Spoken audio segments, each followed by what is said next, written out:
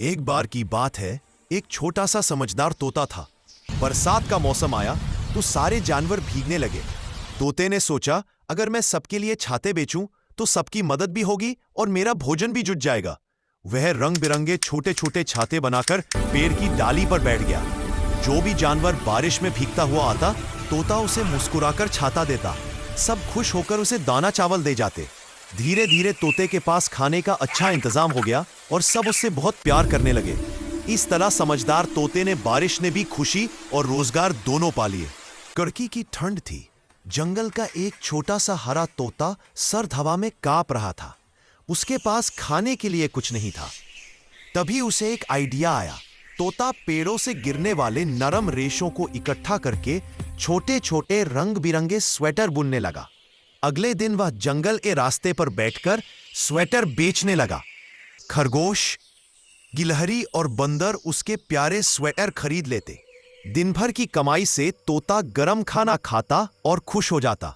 धीरे धीरे पूरा जंगल उसे मेहनती तोता कहने लगा, जो ठंड में स्वेटर बेचकर अपना गुजारा करता था। एक बार एक पेड़ पर तोता रहता था और पास ही मंदिर की छत पर एक कबूतर। एक दिन तेज गर्मी पड़ रही थी। तोते ने कहा, यार पानी पीने जाऊं तो दूर जाना पड़ेगा।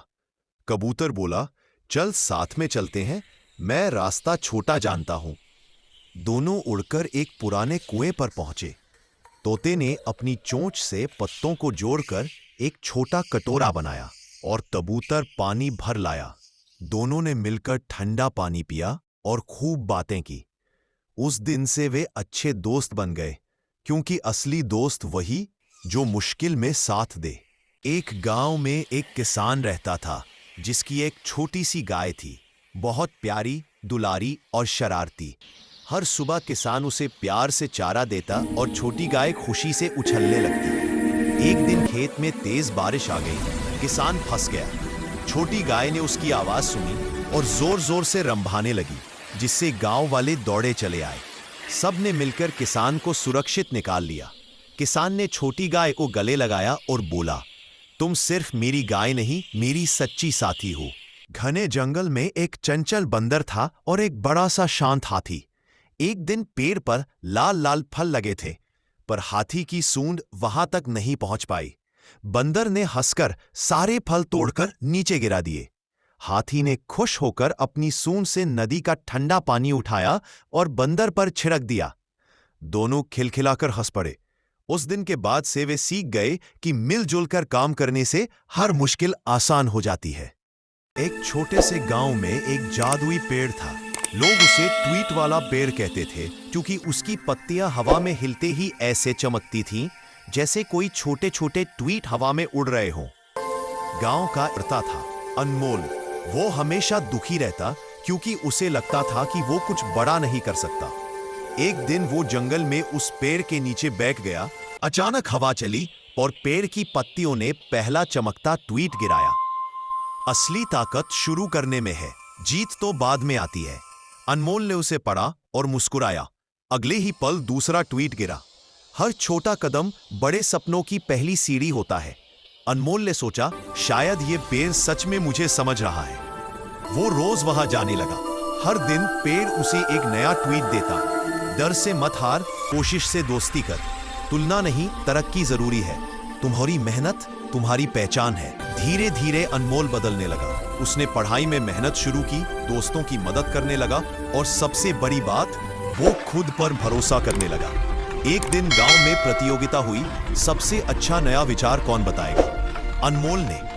दादी माँ अपने घर के बाहर बैठकर सोच रही थी कि थोड़ा कमाई हो जाए तो बढ़िया रहे। तभी पेड़ से कूदता हुआ एक शरारती बंदर उनके पास आया। बंदर बोला, दादी माँ, इतनी गर्मी है, क्यों ना हम दोनों मिलकर बर्फ बेचें। दादी माँ ने हंसते हुए कहा, अरे तू भी कमाल है, पर आइडिया अच्छा है। दोनों ने मिलकर एक छोटी सी गाड़ी बनाई। दादी माँ ने बड़े बड़े बर्फ के टुकड़े गाड़ी में रखे और बंदर घंटी पकड़े आगे आगे चलने लगा। गांव के बच्चे आवाज सुनकर दौड़ पड़े। बर्फ, बर्फ, ठंडी बर्फ। बंदर मजे से उछल उछल कर बच्चों को बर्फ देता। थोड़ी ही देर में पूरी गाड़ी की बर्फ बिक गई। दादी माँ बोली, अरे वाह, आज तो बहुत कमाई हो गई।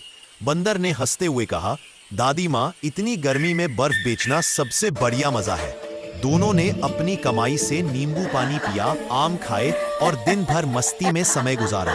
अब गांव में सब कहते, जब दादी माँ और बंदर साथ हो तो मौज ही मौज होती है। एक गांव में अर्जुन नाम का लड़का रहता था। उसके पास एक भोला भाला बूढ़ा सा कुत्ता था, शेरू। अर्जुन और शेरू की दोस्ती इतनी गहरी थी कि दोनों एक दूसरे से कभी अलग नहीं होते थे। एक दिन अर्जुन खेलते खेलते नदी के किनारे पहुंच गया। अचानक उसका पैर फिसला और वह गहरे पानी में गिर गया। अर्जुन मदद के लिए चिल्लाया, लेकिन आसपास कोई नहीं था। केवल एक था, उसका वफादार कुत्ता शेरू। शेरू ने जोर जोर से भौंकना शुरू किया, लेकिन जब किसी ने न सुना तो वह खुद पानी में कूद गया। उसने अर्जुन की शर्ट पकड़कर उसे किनारे की तरफ धकेलना शुरू किया। थोड़ी देर में वहां दो आदमी आए और शेरू की मदद से उन्होंने अर्जुन को बाहर निकाला। उसने शेरू को कसकर गले लगा लिया। उस दिन के बाद गांव